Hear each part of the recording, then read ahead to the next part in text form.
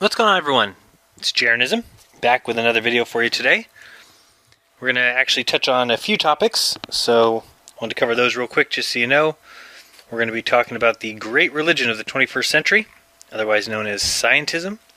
We're going to be talking a little bit of math, some NASA fraud, some Roscosmos fraud, some JAXA fraud. We also have a little bit more information on the Stone hoax, or the Phoneyhenge, whichever way you prefer to refer to it.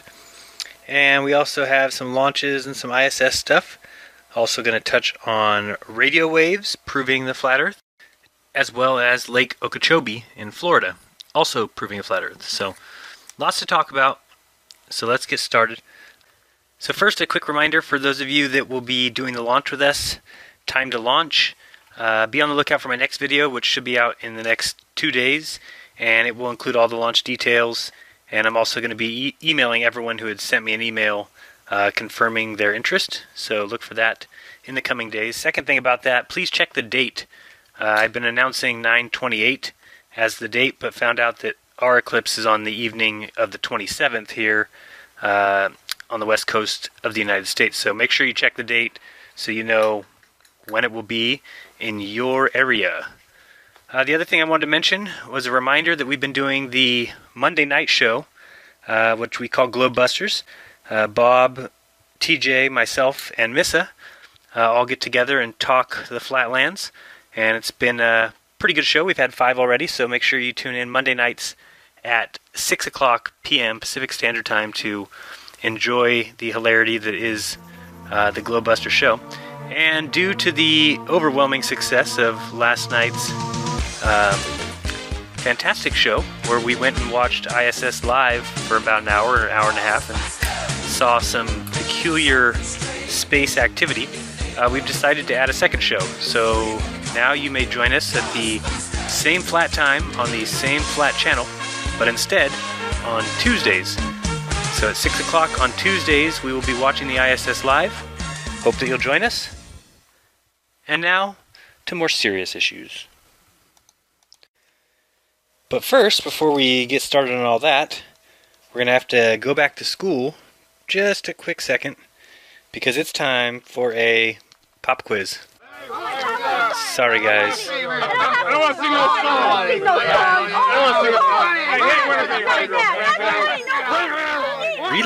Relax. Come on, it's just one little question with 2 little multiple choice answers. It'll be simple, I promise you. We'll just watch a 20-second video, answer the question, and boom, you're done. And I can get a good assessment of where we all are. Alright, so now that you've watched that, based on that video, I want to know if you feel that the sun is 93 million miles away. Simple answers, no or yes. And so, if you said no, you do not think that the sun is 93 million miles away, you pass. You're using your head, you're understanding science is not the end-all be-all, and that you actually have brains, so congratulations. And I'm sure no one said yes, right? What? No. Someone thinks the sun is 93 million miles away. So now let's talk about the great religion of the 21st century, the end-all be-all, and that is scientism. What people need to realize is not only is science an institution, it's also an extremely dogmatic one, as it assumes very controversial statements as being true, when in fact those statements are either demonstrably false or they're questionable, to say the very least. And these dogmas influence the interpretations of the scientific data. And this impacts the studies that are done and for what reason they're done, and also determines what is ultimately taught in the education system. So science is just as much of a religion as religion is. In order to be taken seriously in science, well, you need to be published in a peer-reviewed paper. In order to be published in a peer-reviewed paper, you would have to do quite a few tests and studies and experiments, and of course these things take money. So in order to get the backing to do the tests and experiments that you would need to get into a quality peer-reviewed journal, well, those studies would need to be work that would be valuable to the current models that science gives us. I mean, if you think about it, why would the government or a large company or institution, why would they fund a study that has a potential to throw a wrench in the current accepted dogmas or the current accepted system? It just wouldn't happen. If your study would hurt science, then it will be suppressed, and you'll probably lose your job and the funding that you had, and basically be blackballed from science. Science is still a very strongly career-driven discipline. It is a career-driven profession, and they, just like everyone else, are trying to make money. And scientists depend heavily on a good reputation in order to receive funding, and a good reputation is entirely dependent on the publication of high-profile scientific papers. And so there is a strong imperative to publish or to perish. Basically, this motivates people to fabricate results. And there is an ease of fabrication, because in many scientific fields, the results are often difficult to reproduce accurately, being obscured by different extraneous data or whatever the outside elements may be. That means that even if a scientist does falsify their data, then they can expect to get away with it, because at the end they can just claim ignorance or confusion as to why their particular results differed from their peers. So there is no scientific police. There's nobody going around who is educated in the investigation of hoaxes or the investigation of fraud. So it's easy to cheat, although it's difficult to know exactly how many fabricate their data. But I can guarantee you it's a lot.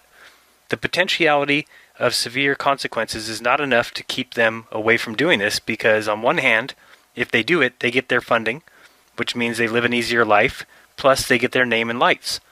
Whereas if they don't do this, then they may see other scientists doing it, and this is what leads them to want to have to do the same thing. Even worse, most times schools can't release the information about hoaxes. Basically, when a professor or a scientist gets caught cheating or fabricating results, usually the school can't release what exactly that particular scientist did.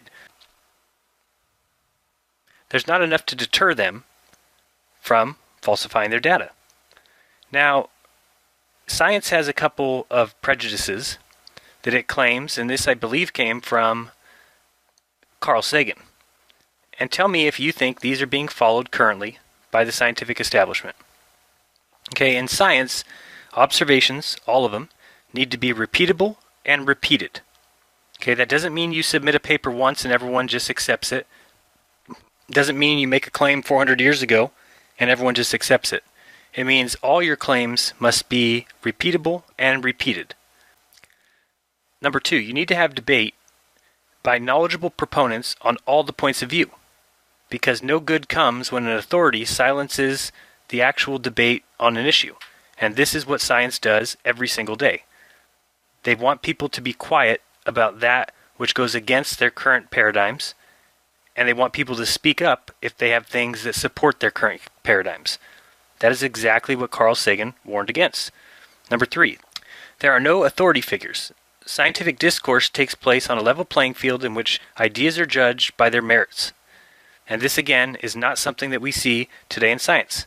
How does Neil deGrasse get away with going on a show like Larry King and saying that he can go into a conversation, say anything he wants, and no one can argue with him because he's speaking on behalf of science, therefore he is 100% factually correct and no one can have any differing opinion?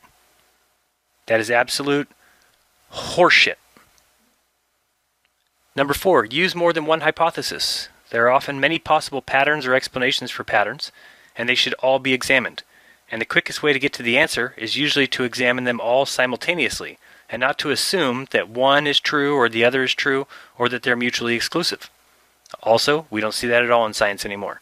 Number 5, don't get too attached to your hypothesis. The whole point of testing a hypothesis is to try and falsify it, which is absolutely not followed anymore. Now what they do is make a test to prove what they're saying is true. That's what science is. That's what they become. Is you have every one of these guys who sits on their little perch and feels they could never, under any circumstance, be convinced that they are wrong. Saddest thing about this is Neil deGrasse learned straight from Sagan. So I don't know where he veered off and started raising the roof or doing whatever he does, but it's a joke. Number 6, quantify. Remember, subjective observations are useless to science. Sometimes subjectivity can creep into even detailed observations. The true proof of objectivity is often the ability to count or measure. Okay, so that's why I tell the globe people, measure the earth. Stop putting it on paper and telling me Pythagoras figured out some theorem that tells you you're on a ball. Go out and measure it in your reality. But you can't, because it's not there. Number 7 says a chain is as strong as its weakest link. Basically saying that your entire theory needs to be made up of facts. You can't have some facts with some nonsense and call it a theory or call it true. You need to have the whole cake. Number 8 is talking about Occam's razor. Basically, when faced with many possible solutions, the simplest one is usually correct. For instance, the Earth is standing still. It's a little bit simpler than we're spinning 1,000 miles per hour, going 66,000 miles per hour through space, turning around the sun's going around the galaxies. You need to put all those things into your little model, or you could just say, Earth's flat and stationary. But heaven forbid, that might mean there's a creator. That means that Richard Dawkins isn't the most intelligent thing ever. So we won't be seeing that anytime soon. Number 9, and a really big one, is falsifiability. In science, you have to have a definite answer to a question. If I were wrong, how would I know it? If you don't, you aren't doing science. That means it must be possible, in principle, to know if your hypothesis is wrong. If you have no way of knowing if you are wrong, there's really not much to test or discuss scientifically. So that is exactly what we have with gravity and with dark matter. These things are just accepted as true. They've been taken as axioms. They've been placed as constants. And this is what happened to science. And they're teaching it to you as a religion by saying, we've tested everything. Everything we tell you has been tested multiple times, thousands of times. Otherwise, we wouldn't tell you. And it is possible that that's what they believe. But it is not the fact. And you need to look into it and research it. And it's right in front of your face. And believe me, if you go to Dawkins and look for the answer, well, of course you're going to get told that science is the fact. You need to look at outside sources. And no, I don't mean the Bible. I mean, use your brain, use your mind, and research. The sad thing is how they're allowed to get away with teaching evolution. The fact that they teach it in schools when the idea that life and the entire universe came from only natural processes is absolutely a religious statement. It is 100% a religious belief. And these kind of things are incapable of observations. There is no proof. It's not testable. So it cannot be considered science. It's dogma. It's religion. But yet it's taught to our kids in school. And how is that not atheism? How is it being taught on taxpayers' dollars while we have teachers fighting in the courts and in forums and in communities and posts all around the internet about how right they are and how true of a science it is, just so that they can keep their monkey religion in schools? It's BS. And I'll be the first one to admit that if a teacher gets up and wants to teach that Jesus Christ is your personal Savior, or wants to teach that the Bible is the literal Word of God, I have a problem with that, because that is teaching religious beliefs in school. But then it can't be okay for them to not just teach evolution, but call it a fact. And what they've done is completely destroyed any connection with free speech that we once had. Free speech is gone. As a student or as a teacher, you can't bring up your opposition to Darwinian evolution. As a student, you can't bring up the idea of intelligent design. I mean, teachers such as Eric Hedren have been threatened with lawsuits if they just mention intelligent design in class. And so what I struggle to understand is simply, why are people allowing this to happen? Do we have no scientists out there that actually have a conscience? Do we have no science teacher that can't face the facts? I mean, what these con artists are doing, and yes, I mean you, scientists and science teachers and science fanboys, you're responsible just as much as the originators of the hoax, because you refuse to look into what it is that you were taught. It's science, right? Science doesn't lie. Science doesn't hoax. They don't pretend. Well, you're very wrong, and actually, it's worse. What they did is they fooled you by teaching you their hoax, their bogus little system, and then also teaching you that if you believed it, you were smart. And if anyone comes around who doesn't believe it, they're idiots. See, what they're doing is just playing right into the hands and to the needs of human beings to be popular, to be considered smart. And that's all you guys care about. You could care less about it. You don't feel like looking at the facts to see, I wonder if we went to the moon, because the facts are right in front of your face. But all you care about is your next door neighbor not thinking you're an idiot. And the stories are obviously everywhere. All you have to do is just look it up, and you'll see what's going on. From chemistry professor Nancy Bryson, she lost her job as the head of science and mathematics at Mississippi University, which was her alma mater, because she gave an extracurricular speech to the honor students mentioning the issues she had with natural selection and random variation and mutation. And her speech was great, and the students loved it, and immediately following her speech, the head of biology stood up and gave a prepared statement about how she was speaking about religion and her theistic views, which she didn't even mention, and she got fired. And that's the kind of nonsense that is going on when you can't even say, I've got problems with the current accepted view. You do? You're out of here. Fired. Sorry, we don't have problems with things here. We accept things that we're taught, and we move on like little robots. I mean, perhaps you've heard the story of Dr. Mark Armitage, who was fired by Cal State when he was the supervisor of the microscope laboratory, I believe, and he found inside of a dinosaur bone some soft tissue, which would indicate that the dinosaur was less than 50,000 years old, which, how could that be? Dinosaurs have to be, they were extinct 67 million years ago, so you better not turn that evidence in because we'll fire you. And so, of course, he does what any scientist would do, right? You report your findings and the results of your experiments and your tests. He turned it in. Fired. Get out. Your dinosaur didn't equal 67 million years. That's a requirement here to work in the science department. Sorry. Oh, you're going to mention your problems with evolution? Get out. You're not allowed here. We have very clear dogmas. You understand? You want to be excommunicated? Do you want to be removed from the science department here? Better get in line before we get the Jesuits to come get you. See, it shouldn't be surprising that geniuses like Bill Nye and Richard Dawkins have both said that to not believe in evolution means that you're primitive or you're stupid or insane. It shouldn't be a surprise because they have to believe in it. If you are a backer of science, then you can't ever bring God into the fold. So what's left?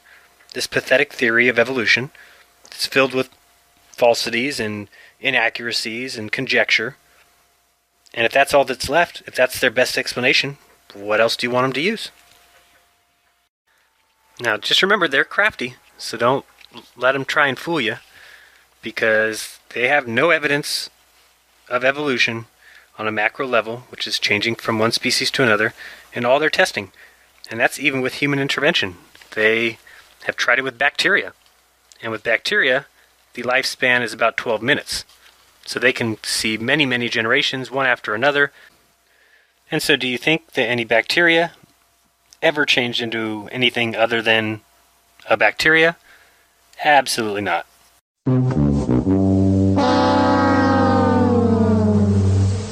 And then they tried fruit flies, because with fruit flies, they have a short lifespan as well, and humans went in and said, we'll just intervene and make the generations go even faster to find our proof.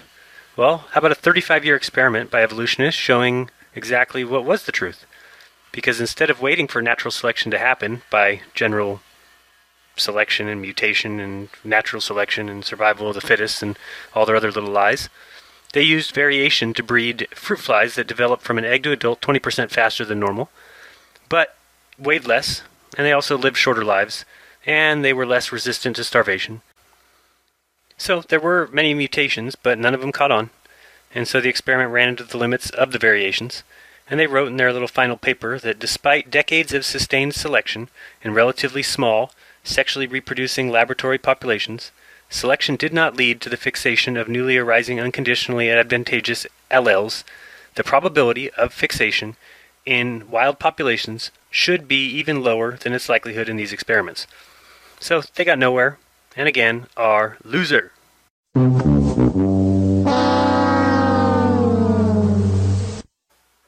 I mean, honestly, the entire theory is ridiculous. Look at it this way. If you think about what's inside your arms or what's inside your legs, all the cells and the veins and you name it, all of those things have to know where to go. They all have design, they all have importance, they all have functions, yet science can't tell us what does that. They simply know what's in there. A lot of good that does, but it doesn't quite explain how they know where to go, how to make a human, because that takes design. So let's take a look at this picture in front of you, a big pile of wood. Now let's take a hammer and throw it at that pile of wood for as many billion years as you want. Do you think that that pile of wood will ever turn into a house? No, there's no possible chance, right? Yet evolution wants us to believe that that is exactly what happened with the universe, and even more than a house. A house has 1/1,000,000th of the impressive design features that are in human beings. So the moral of that story is that science needs to get out of theology and get out of things they don't belong in and keep to themselves and not tell lies and nonsense and seem like they're talking out of their ass. So you might have noticed before that when you read a book, sometimes based on sentence structure and content, you can actually know who the author is. Well, I think I found the secret author of the theory of evolution. What do you think tribal sovereignty means in the 21st century, and how do we resolve conflicts between tribes and the federal and state governments? Yeah. Tribal sovereignty means that it's sovereign. I mean, you've been given sovereignty, and you're viewed as a sovereign entity. Okay. And therefore, the relationship between the federal government and tribes is one between sovereign entities. So, the great thing is that there is some stand-up people in this world, thank goodness, and a few of them are scientists that have signed the Scientific Dissent from Darwinism page. It is simply a form that talks about Darwinian evolution and the impossibility of it, and is signed by many scientists throughout the country. And so I thought it was really cool that they had almost 1,000 signatures from scientists that had said no to this hoax, this bullshit. But to be friendly, the National Center for Science and Education decided to fight back by creating their own list of scientists who were actually pro-evolution, and decided to only allow people whose name was Stephen to sign it, kind of showing that they were oh so cool that they would get more signatures with just using the name Stephen. Well, there's a little bit more to the story. For instance, they don't really tell you that they allowed Stephen with a V, Stephen with a PH, Stefan, Esteban, Stephanie. There's very many variations of the name Stephen. But still, it seems like they've got the clear head in this little battle. Except for if you look even deeper, you'll see some numbers that they've used, and let's see if they're being, well, scientifically accurate and mathematically accurate. So you'll see they have a little FAQ page here, and one of the questions was asking about who gets to sign and how they pick the people, and it says, according to data from the U.S. Census, approximately 1.6% of males and approximately 0.4% of females, so approximately 1% of U.S. residents, have first names that would qualify them to sign the statement. So it is reasonable to infer that at least 22,000 scientists would agree with the statement, at least because the statement was quietly circulated to a limited number of people. As of March 9, 2015, there are 1,362 signatures, corresponding to 136,200 scientists. Now, let's think about this. So I saw 1.6% of males and approximately 0.4% of females. So we just add those up. That should be, 1%. 1.6% of males and approximately 0.4% of females. So approximately 1% of U.S. That doesn't make any sense. Maybe they rounded it. Let's look at it that way. So 1.6 would round to 2. 0.4 would round to 0. Okay, so 2 plus 0 is, 1. And it seemed that, like they should have got 1%. It should be 2%. So their number of 22,000 scientists should be doubled. Should be 44,000 scientists. And here they are, very excited about the fact that they have 1,300 signatures, but they have 1,300 signatures out of 44,000 scientists named Steve. I don't think I'd be very excited if I were them. But, hey, that's just based on their numbers. Who knows? We could be wrong. So, whatever. They think that God's going away, that he's just going to disappear, or the idea of a creator is just going away, and they're going to figure out the answer to life, and it simply won't happen. As Obama would say, you didn't build this. So the only tactic they have left is to ridicule and call their opponents names and make fun of them, personal attacks. You could just take Red's Rhetoric, for example, who prefers to just attack me personally, repeatedly, because he thinks he's smarter than me. And I guess it really depends on what your opinion of smart is. Mine is not the ability to remember numeric formulas and repeat them. That's not smart. Somebody who can use their brain and realize that they're in the middle of a hoax and see the truth for what it is and be smarter than what the elite tell you so that you live your little slavery life. Those people are smart in my book, but to each their own. So the bottom line is simply that evolutionists must just assume evolution is true. It's the only choice. Science is true, so how could evolution not be true? Most scientists believe in it. It's a fact. It's proof. And then they write endlessly about it and where it happened and when it happened and the rates and the lineages, etc. But I guess they don't realize that if macroevolution is physically impossible, never been seen, never been produced in any kind of test results, then the rest of it is all fantasy. There are really only two possibilities, and that's every part of every living thing arose by random chance and mutation, or it was intelligently designed with purpose. So I do have respect for those who stood up and said that they don't believe in the farce of Darwinian evolution. At least they had the courage to stand up and defy their high priests of academia by voluntarily adding their names to that skeptic list. But I guess the others are either brainless or spineless, or named Steve and brainless, or possibly named Steve and spineless. Oh boy. So I'm sure you've heard of a foghorn, right? Well, I decided to invent something new. This is called the fraud horn.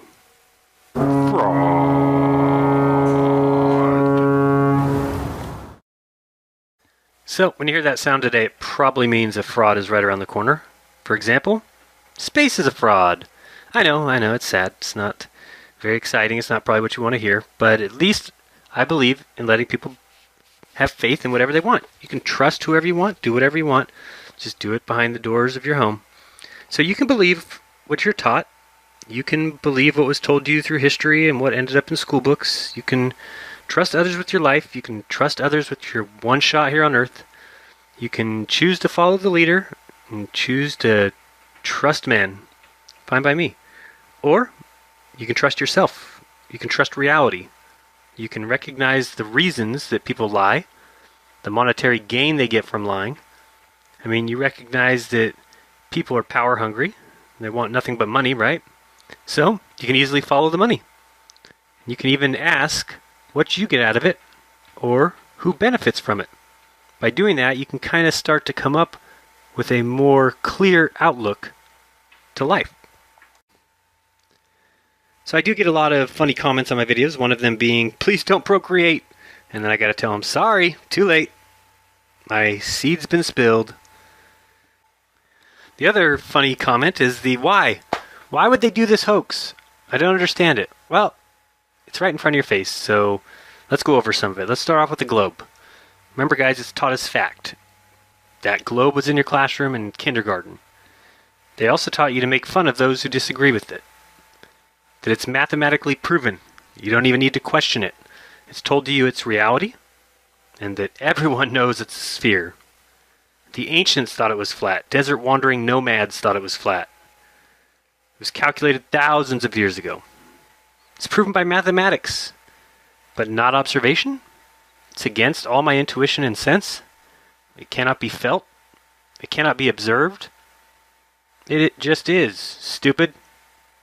Somebody told you it's spherical. So let's think first. How does it benefit you? Makes you small and insignificant. keeps you from wondering, searching. You can't always see the truth.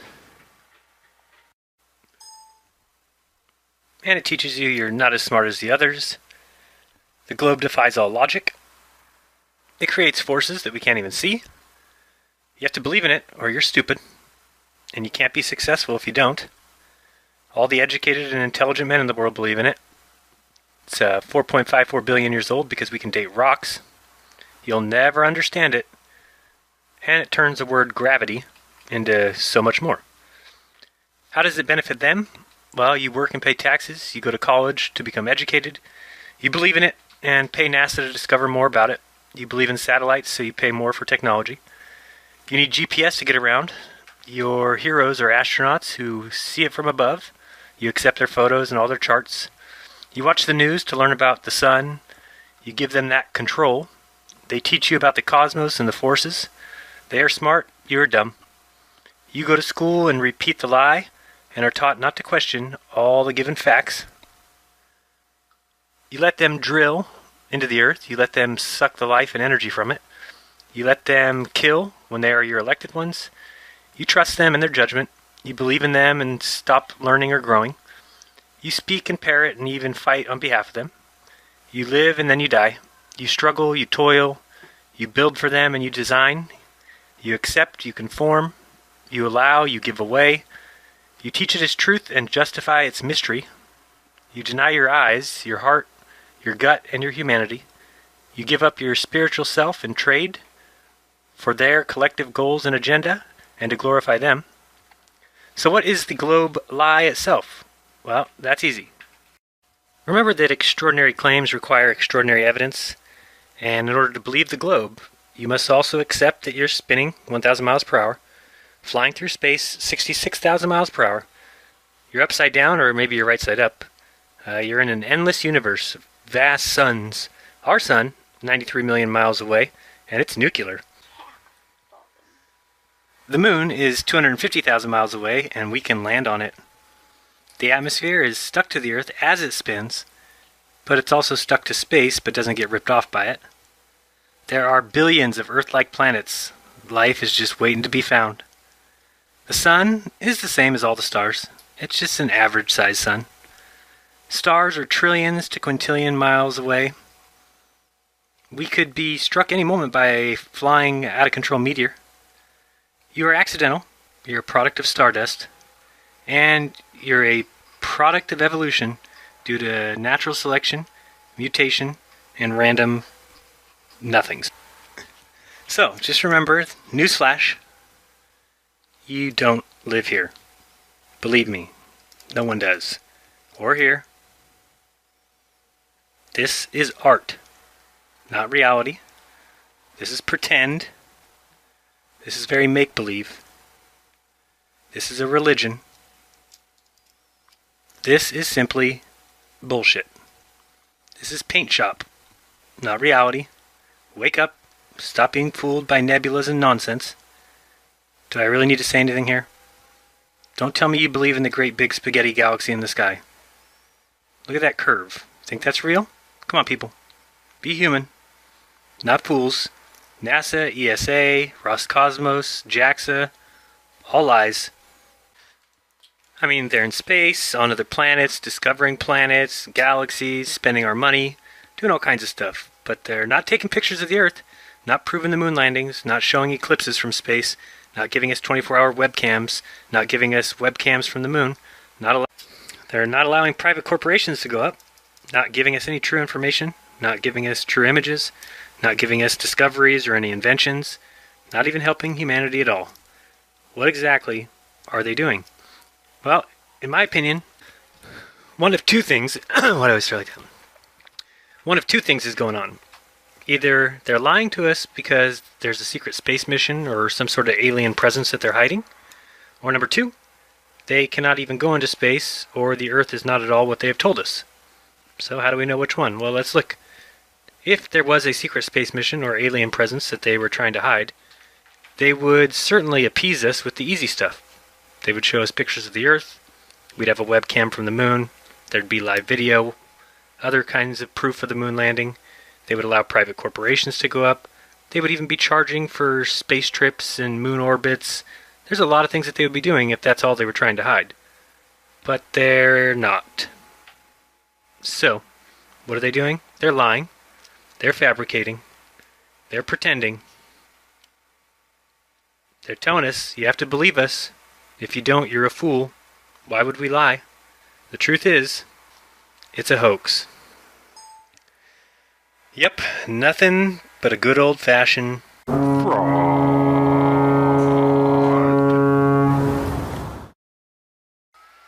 Oops. Excuse me, NASA. Your balls are showing. Oh, and lucky us, we get to look at another fraud. This one is the Felix Baumgartner, the epic jump from space. Let's take a look at some of these images, since globe earthers want to always talk about it. The funniest thing is the intelligent and intellectual NASA fanboys will always want to tell me how stupid I am, and then drop this link as proof that the Earth is round.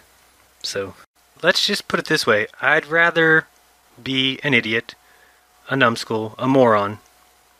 I'd rather my parents be siblings than to be an intellectual, if being an intellectual requires me to believe in this crap. Let's take a look. Up, there's Felix opening the door to the nice flat horizon in the back. Now remember, he's about 128,000 feet, where NASA flies their little ISS spaceship at 1.2 million feet. And yet, looks like a flat lands there in the back to me.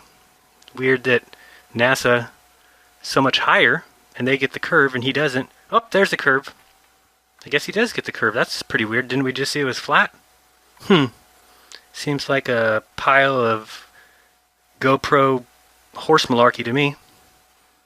See there? Flat at the top left, curved in the bottom right, and it's just 1,000 feet more. I think somebody's pulling our chain, and his name is Felix Baumgartner. I do have a special treat for you. In full color, very rare footage, 1965. Hailing from Russia, Alexei Leonov. Let us discuss the lies of NASA. As maybe you saw if you watch any news or turn on any channels on your TV, I'm sure that they talked about the miraculous job that the NASA ISS astronauts did in growing lettuce in space. Yes, what humanity did thousands of years ago, NASA has figured out to do, and it only took them $1 trillion. Not bad, NASA. Growing red lettuce in space. Notice also they make the important point by letting you know that the lettuce grew in space for 33 days. And it only took 33 days to get the lettuce to sprout. 33 Masons. Peculiar, all these articles clearly show that it is the first time the NASA astronauts have ever eaten anything grown on board the ISS. First time they had any vegetables, first time they had any lettuce, which is, of course, a complete, outright fabrication and lie. Imagine that.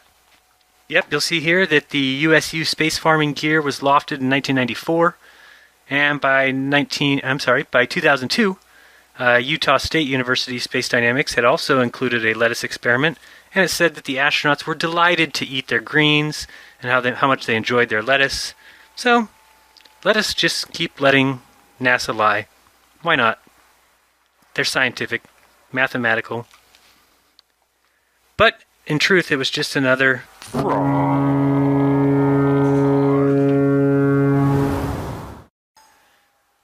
And speaking of fraud, let's watch some ISS. Alrighty then. Looks pretty flat in this photo. Yep, and pretty flat from here. Now take a look at these two images that I got from a kid on DeviantArt that makes Earth pictures. NASA, looks like you need to head over there to get some new graphic artists, because this kid's better than you. It doesn't take much, I'll tell you that. Next we've got an image of a compass, and of course the almighty faulty globe. And you'll see how it just wouldn't work. You'd have People go in every different direction while thinking they're going north. Who knows where they'd be going? Only works on the plane. Next, we got a special guest host popping in just for a quick segment to show you this little image. Hello to all my Sphere fans. It's Crime Box. Please don't listen to what that knobhead says. Of course we went to the moon. How do you know? Because someone told you. This image couldn't be more wrong. This isn't what happens to a sphere in the universe at all. This shows a perfect green sphere, rotating, but the water is flying off. Why? Has no one introduced this portion of the galaxy to gravity? A sphere with no gravity isn't a sphere at all. Gravity holds the water to the center of the sphere. I swear. I'm not a lying swindler. Am I? Well, I say hell yes. And if you want to know what proof I have, easy, because I just told you. Now, let's move on to the NASA swimming pool for some camera practice. Listen carefully as the announcer in the pool, yes, I did say that, there's an announcer who's in the pool, tells the astronauts what positions to take so the camera can see them. So Tim, you need to be between the camera and the platform, if that makes sense. Between the camera and the platform. So if you're in your spot where you install where you stage your bags and install the APFR, the boom should be on the other side of you. Yeah, on what would be your backside. So for example, right now we have the camera pointing station aft.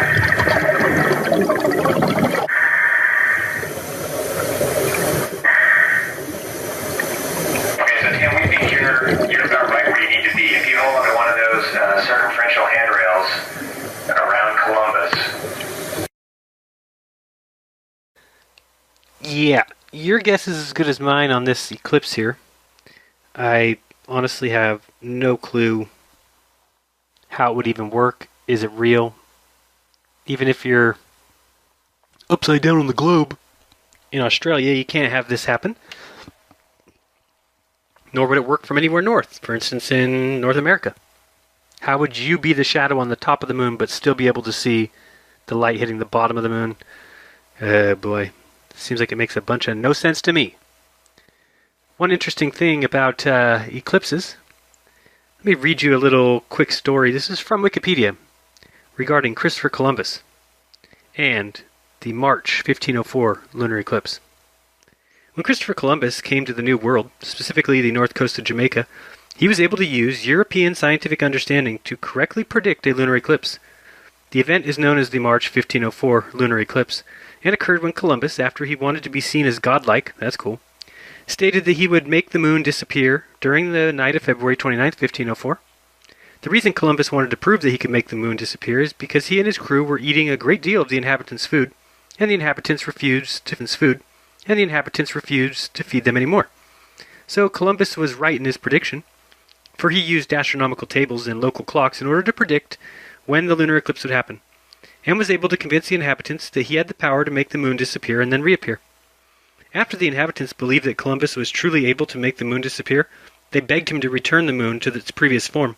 And after roughly an allotted amount of time, the amount of time that Christopher Columbus discerned to be how long the eclipse would last, Columbus agreed to return the moon, and the moon began to reappear. And the next day the inhabitants gave Columbus and his crew all the food they desired. That's called theft, and is more Cristobal Columbus bullshit. So, check out the description. I've got a link if you want to sign the petition to end that guy's holiday. It is a joke. I'm ashamed. How do we have... Do you know the guy never stepped in America? Never. Not once in the 50 states. Never once. Nor did he name it. It is ridiculous, so I'd ask you to join me, and let's kill Christopher Columbus Day. Let's name it Native Americans Day or Indigenous People Day. Anything else. But that man does not deserve the highest honor. So let's get that name out of our kids' school books and off the calendar. Alright, on to more eclipse stuff. So I wanted to put this image back up there for the eclipse, since I had a few people tell me they're very confused, or I'm confused. What I was saying about why the eclipses don't last 3 days is if you look at that moon on the top, look at the distance that they say it travels in 3 hours. Well, guess what, guys? The moon doesn't go around the Earth in a day, it goes around in a month. So I'm saying for the moon to get through our shadow would take 3 days. Comprende? Capiche? Who knows? Or maybe you just believe in this stuff. This is a beautiful ESA. Yep, the moon came like that and just right up to, yeah. The moon always travels like that. I always see it. I don't know, but you guys are busy watching, but just sweeps right in there. Pendulum right up to the top. Without the sun rotating. Great. ESA. Faking bullshit. Another hoax. This is hilarious. Watch the moon. He's a little drunk. Whoa! And then again on Saturday, the full moon rose on the horizon, and the crew captured some very unique views of the moon above the Earth's atmosphere. Again, from this vantage point of about 250 statute miles above the Earth. One more time, because what's better than seeing the drunk moon?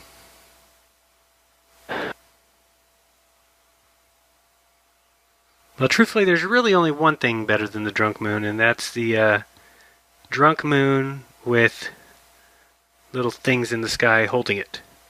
Only thing I can think of. Thank you, International Space Station. Take a look at this. This is just too funny for you NASA fanboys and scientist lovers. Let's watch how the shuttle used to get to space. Now, remember, it had to go out of the Earth's atmosphere upside down. Then it flies around space upside down. Then it flips over and then enters again from its belly. So again, just so you can see what it does, it flies upside down in space, then has to turn over, then flips full side over, all in space. Yeah, you usually don't get to see it. I know they show the ISS live, but you're not going to get to see that. See how it goes up? And we're doing the roll technique. Roll technique, check, roll technique. Roger, we're going to dump this in the ocean. Roger. Tank separation. People pretend that they videotaped it with their own cameras, even though you've never ever seen one go into space, because it can't. Imagine that.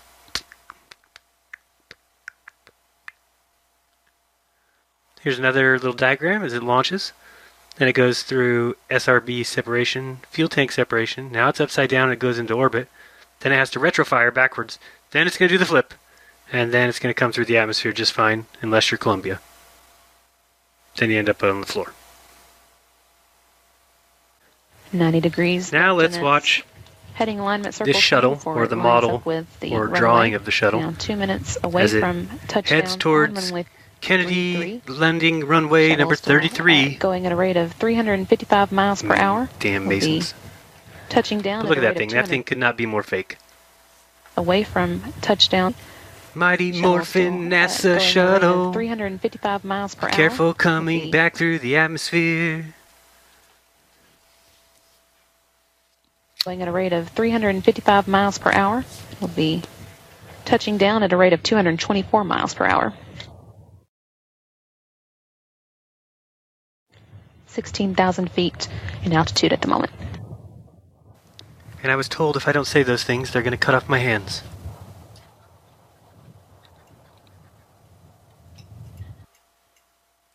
Oh, now it's coming in hot. All right. And that looks real. 6,700 miles above in altitude. Look at the face. It's so burnt from coming back through the hot atmosphere. But for some reason, the back of it isn't. I guess it wasn't that hot. It was only hot in the front. Now, right about now, I'd be thinking, where's your landing gear? We're going to need some landing gear here on runway 33.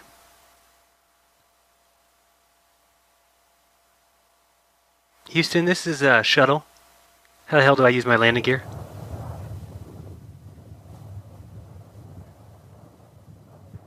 That looks real. Oh yeah. You can do this at home, kids. Buy one of these shuttles for $9.99 at your local grocery store in that cheap toy section. Then just get some fishing wire. Lower it in front of your HD TV screen. You need landing gear. You need landing gear. They never put their landing gear down. Bob flaring They're going to up crack. the Oh, shuttle's nose there it for is. landing, and that's not fake. so you can see the It's instant landing gear. Only NASA's discovered that. in place. No one else has quite figured that out yet. And that's a glider, they say. Touchdown. It can't fly like a plane because it's a space Barry plane. Wilmore pulling the They can only go drag 300 chute. miles from the Earth. Southwest can go farther than that. nose gear touchdown. Atlantis now rolling Runway out 33. on runway 33 at Damn Kennedy Masons. Space Center. Next, let's watch this ESA rocket, which is just as nonsense as the rest of them. Actually, I'm starting to think some of these things are nothing but projections.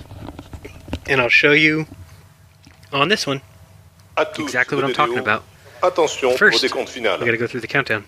Force, lie, fake, 7, fraud, 6, hoax, scam, 4, joke, 3, theft, 2, clowns, unité. fib. Top, allumage moteur Vulcain.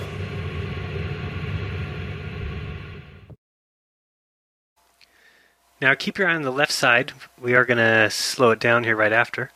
But you'll see on the left side that there's a mystery reflection or other rocket. So now we're going to watch slow motion. Keep your eye on this left side, right by that where the tower is. It's the scene switches. See that rocket? Nothing more than a reflection. And if you slow that down yourself, you'll actually see a bird fly through it or something. Fake as a $3 bill, folks. Now let's watch Roscosmos as they play backdraft with their rocket. And as you can see, it just sucks back in and then sucks right back out. Here it comes. Out. No, let's go in. Let's go out. Alright, let's launch. Are we going to space? No. Nobody goes to space. Just another, you know what, big old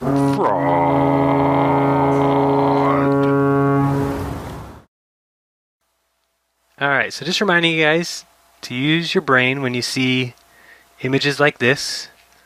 Please laugh hysterically at the astrophysicist Neil deGrasse nonsense and all his buddies. But next we're about to take a look at Lake Okeechobee, which is out in Florida. It is about 30 miles, I would say, around. It's got some random distances here and there. But I saw it, and it's a very strange lake because it's got an average depth of 9 feet, which sounds crazy, but it's also the second most or second largest lake in the contiguous United States. There's a Google Earth picture of it, and then I will show you what I observed, proving the flatlands. Here's a nice little picture taken from somebody, and as I zoomed in on this image, you'll notice that I could see in the wee distance back there that little water tower. So I brought that up to get my distance to the water tower, which was around 12 miles. And so then we drew back and looked again, and if you look really carefully here, you'll see that you can see telephone poles all the way around that lake, all the way till you hit the trees on the other side. This is actually to the left of where that water tower was. Well, do the measurements. The distance there was 30 miles, which is 600 feet of curvature. So even if we took the observer's height and the height of the telephone pole or electric pole, whatever it is, there's no way that item should be seen at all from that distance. Lake Okeechobee proves flat Earth. Thank you, Florida. I did hate you after NASA and Red's rhetoric, but you've redeemed yourself. Lake Okeechobee's okay by me. Next, we've got some interesting photos just to show you what I've talked about before about water looking like it's going to drown you as it rises to your eye level. That is also from all three of those images from Lake Okeechobee. Now, I have a little bit more detail on Stonehenge I wanted to tell you about. I also have like a 100-page PDF that's going to be in the description, so check that out. So those of you who think I'm losing my mind realize it's not me. So, just a couple passages here. A summary: Stonehenge was transformed considerably during the 20th century, the monument itself being subjected to more intervention and alteration from 1901 than at any other time since the Bronze Age. Some of the most important episodes of excavation at Stonehenge during the 20th century were driven by a desire to interfere with the monument's physical appearance, often but not always due to concerns about stability. The romantic ruin of previous generations, leaning monoliths, twisted triathlons, and recumbent sarcens, was rationalized into a more upright, orderly design and secured for posterity with concrete. At the same time, the visibility of the enclosing earthworks had enhanced for the paying visitor. The enclosure ditch only partially backfilled and surplus materials spread across the site to conceal old trackways. 1901 was also the year that the monument was first enclosed and an admission charge introduced, both intended as means of controlling the numbers and types of visitors. Since Stonehenge passed into the state hands in 1918, catering for the increasing customers and visitors had also continued to play an important role in the presentation and appearance of the monument and its immediate surroundings. Viewing the recent history of Stonehenge through a narrative that sees a privately owned and neglected 19th century ruin transformed, via essential maintenance and repair, into a unique and monumental expression of Neolithic beliefs and an achievement rather than overlooks the complexities of that 20th century transformation. Looking more closely at the circumstances surrounding three key episodes: the appearance in 1891 of some timber supports, the straightening and concreting of the massive stone 56 in 1901, and the uncompleted reparations in 1919 to 1920, help show not only why we have a more stable and secure monument today, but also that Stonehenge of the 21st century is no closer to its prehistoric state than it was in 1901. Restoring the Stones, 1958 to 1964.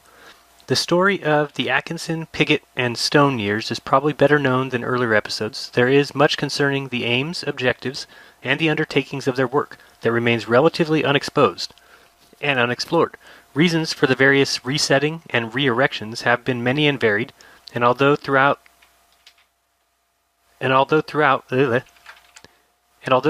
there has been an expressed belief that each episode had made the monument more secure, less susceptible to falling further into ruin, motivation has usually extended beyond this.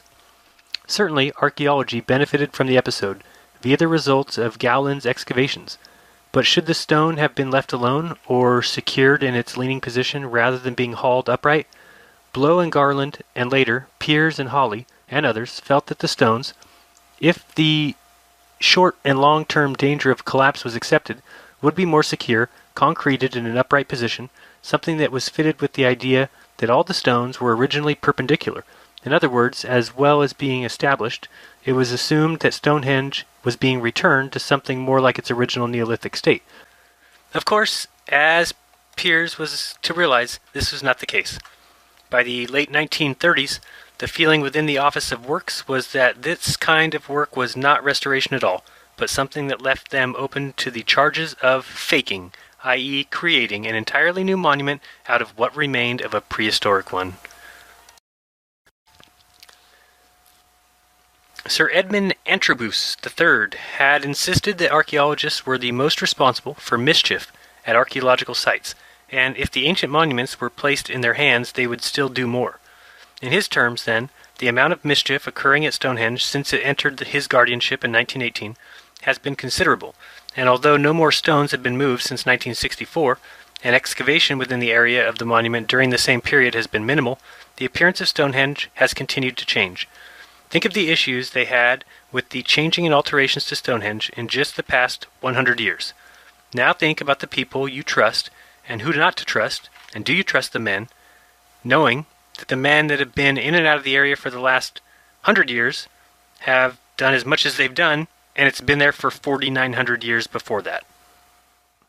Clearly, we are looking at Stonehenge and just another